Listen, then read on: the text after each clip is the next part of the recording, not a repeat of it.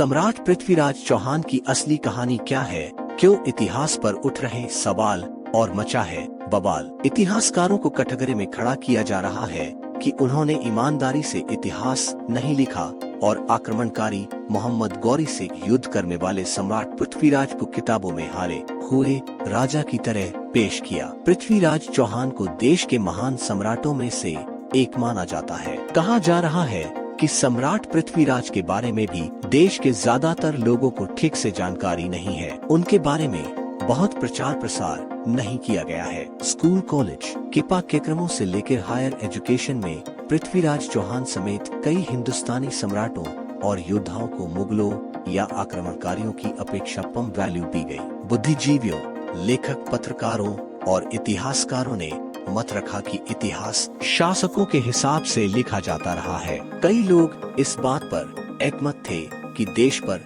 जिन्होंने राज किया, चाहे वो मुगल हो या फिर ब्रिटिश, उन्होंने अपने अनुसार इतिहास लिखवाया। इस कार्यक्रम में यह बात भी उठी कि इतिहास को साइंटिफिक तरीके से और ऑथेंटिक रेफरेंस के साथ लिखे जाने की जरूरत है। कहा जा रहा है कि एनसीईआरटी की किताबों में भी बहादुर भारतीय नायकों की विजय गाथा कम लिखी गई है। कई कहानियों को गुप्त रखा गया, जबकि भारत विरोधी आक्रमणकारियों को एक नायक के तौर पर पेश किया गया है। पिछले साल पब्लिक पॉलिसी रिसर्च सेंटर नाम के एक थिंक टैंक ने एनसीईआरटी की इतिहास की किताबों का विश्लेषण किया था और अपनी रिपोर्ट में बताया था कि इन किताबों में हिंदू शासकों को मुस्लिम शासकों के बराबर महत्व नहीं दिया गया है। बहरहाल चलिए हम पृथ्वीराज की असली कहानी जानने की कोशिश करते हैं। पृथ्वीराज चौहान के जन्म को लेकर भी इतिहासकारों में अलग अलग मत है। पृथ्वीराज महाकाव्य में उनका जन्म 1 जून 1163 को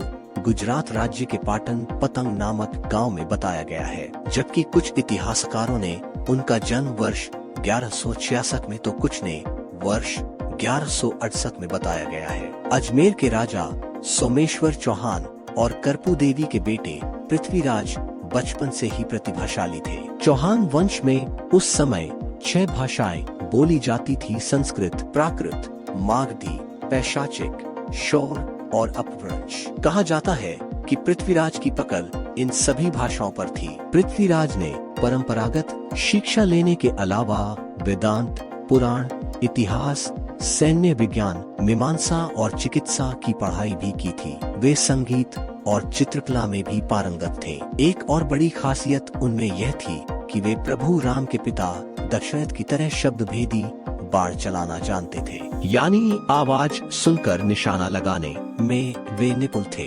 पृथ्वीराज 13 साल के ही थे जब उनके पिता की मृत्यु हो गई। फिर उन्हें अजमेर के राज सिंहासन पर बिठाया गया। उनके दादा अंगम दिल्ली के शासक हुआ करते थे। पृथ्वीराज की बहादुरी और वीरता के आधार पर दादा अंगम ने उन्हें दिल्ली के राज सिंहासन का उत्तराधिकारी घोषित कर दिया। दिल्ली की गद्दी संभालने के बाद चौहान ने किला राय पिथौरा बनवाया। कम उम्र में ही उन्होंने गुजरात के शासक भीमदेव को भी हरा दिया था। कुछ इतिहासकारों के मुताबिक पृथ्वीराज चौहान के पास विशाल सेना थी, जिसमें 300 हाथी और 3 लाख घुड़सवार और पैदल सैनिक शामिल थे। पृथ्वीराज की प्रेम कहानी में राजा जयचंद की बेटी संयोगिता का जिक्र आता है। उनके मित्र चंद बरदाई रचित पुस्तक पृथ्वीराज रासों के मुताबिक पहली बार 11 वर्ष की उम्र में ही पृथ्वीराज की शादी करा दी गई थी। उसके बाद 22 साल की उम्र होने तक उनकी कई शादियां हुई। पृथ्वीराज रासों में उनकी 5 रानियों का ही जिक्र है: जम्बावती, इंचनी यादवी, शशिव्रता, हंसावती और संयोगिता। संयोगिता कन्नौज के राजा जयचंद की बेटी थी। वहीं गद्दार जयचंद, जिसकी धोखाधड़ी के कारण पृथ्वीराज को हार का मुंह देखना पड़ा। हालांकि पृथ्वीराज रासों के अलावा इतिहास में इसकी ठीक जानकारी नहीं है। कन्नौज की राजकुमारी संयोगिता और पृथ्वीराज चौहान एक दूसरे को पसंद करते थे। जयचंद ने संयोगिता का स्वयंवर रचाया था, लेकिन पृथ्वीराज चौहान को पसंद नहीं करने के कारण द्वेषवश उनकी एक प्रतिमा द्वारपाल के रूप में लगा दी। पृथ्वीराज ने संयोगिता को स्वयंवर से ही उठा लिया और दोनों ने गंधर्व विवाह किया। बाद में जयचंद भी समझ गया कि उनकी बेटी भी पृथ्वीराज को पसंद करती है। कहा जाता है कि पृथ्वीराज चौहान ने 1186 से 1191 के दौरान मोहम्मद गोरी को कई बार धूल चटाई है। हालांकि कितनी बार हराया है, इस बारे में अलग अलग जानकारी दी गई है। NBT गोल्ड पर अपने एक ब्लॉग में गंगाधर धोबले लिखते हैं कि हमीर महाकाव्य के अनुसार पृथ्वीराज चौहान ने मोहम्मद गोरी को 7 बार हराया है। पृथ्वीराज प्रबंध के अनुसार 8 बार, पृथ्वीराज रासों के अनुसार 21 बार, जबकि प्रबंध चिंतामणि के अनुसार 23 बार हराया है। कुछ मुस्लिम स्रोत केवल 2 लड़ाइयों तराइन के पहले और दूसरे युद्ध का जिक्र करते हैं। 1191 में तराइन के पहले और दूसरे युद्ध का जिक्र करते हैं। 1191 में तराइन के पहले युद्ध में मोहम्मद गौरी को मुनकी खानी पड़ी। कहा जाता है कि एक सिपाही ने उसे अधमरी हालत में घोड़े पर चढ़ाकर मैदान छोड़ भागा था।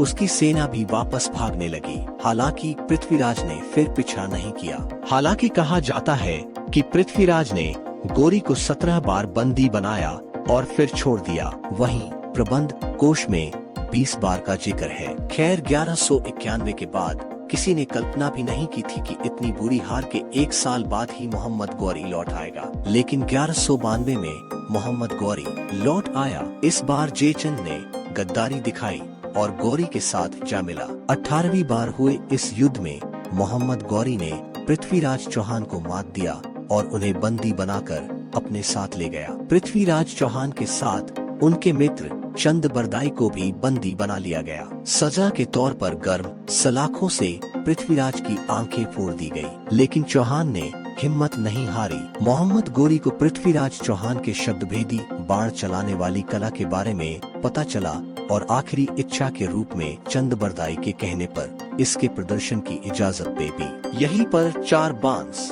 24 गज अंगुल अष्ट प्रमाण का ऊपर सुल्तान है मत चुको चौहान का जिक्र आता है। पृथ्वीराज चौहान के लिए मोहम्मद गोरी की दूरी मापने के लिए चंद बरदाई का यह संकेत काफी था। मोहम्मद गौरी ने जैसे ही शाबाश बोला, आवाज सुनकर पृथ्वीराज चौहान ने शब्द भेदी बाण चला डाला और मोहम्मद गौरी की मृत्यु हो गई। हालांकि इसको लेकर भी इतिहासकारों में मतांतर है। हालांकि मोहम्मद गौरी की मृत्यु की तारीख और सम्राट पृथ्वीराज की मृत्यु की तारीख को लेकर भी इतिहासकारों में मतांतर है। ऐतिहासिक तौर पर बताया जाता है कि मोहम्मद गौरी ने पृथ्वीराज को कैद करने के बाद उसकी हत्या करवा दी थी और इस घटना के 6 वर्ष बाद 1206 ईस्वी में उसकी मृत्यु हुई। गंगाधर धोबले ही लिखते हैं कि जाटों की खोखर नामक जमात ने झेलम नदी के किनारे उसे मार डाला, जहां उसकी कब्र भी है। तो फिर पृथ्वीराज रासों के अनुसार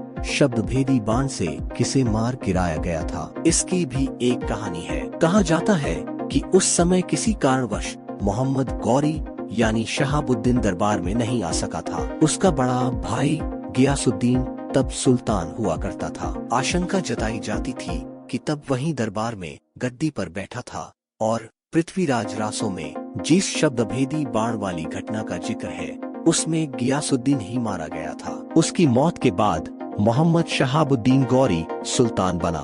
गजनी में पृथ्वीराज की समाधि के पास ही सुल्तान गियासुद्दीन की कब्र होना इस कहानी का आधार हो सकता है।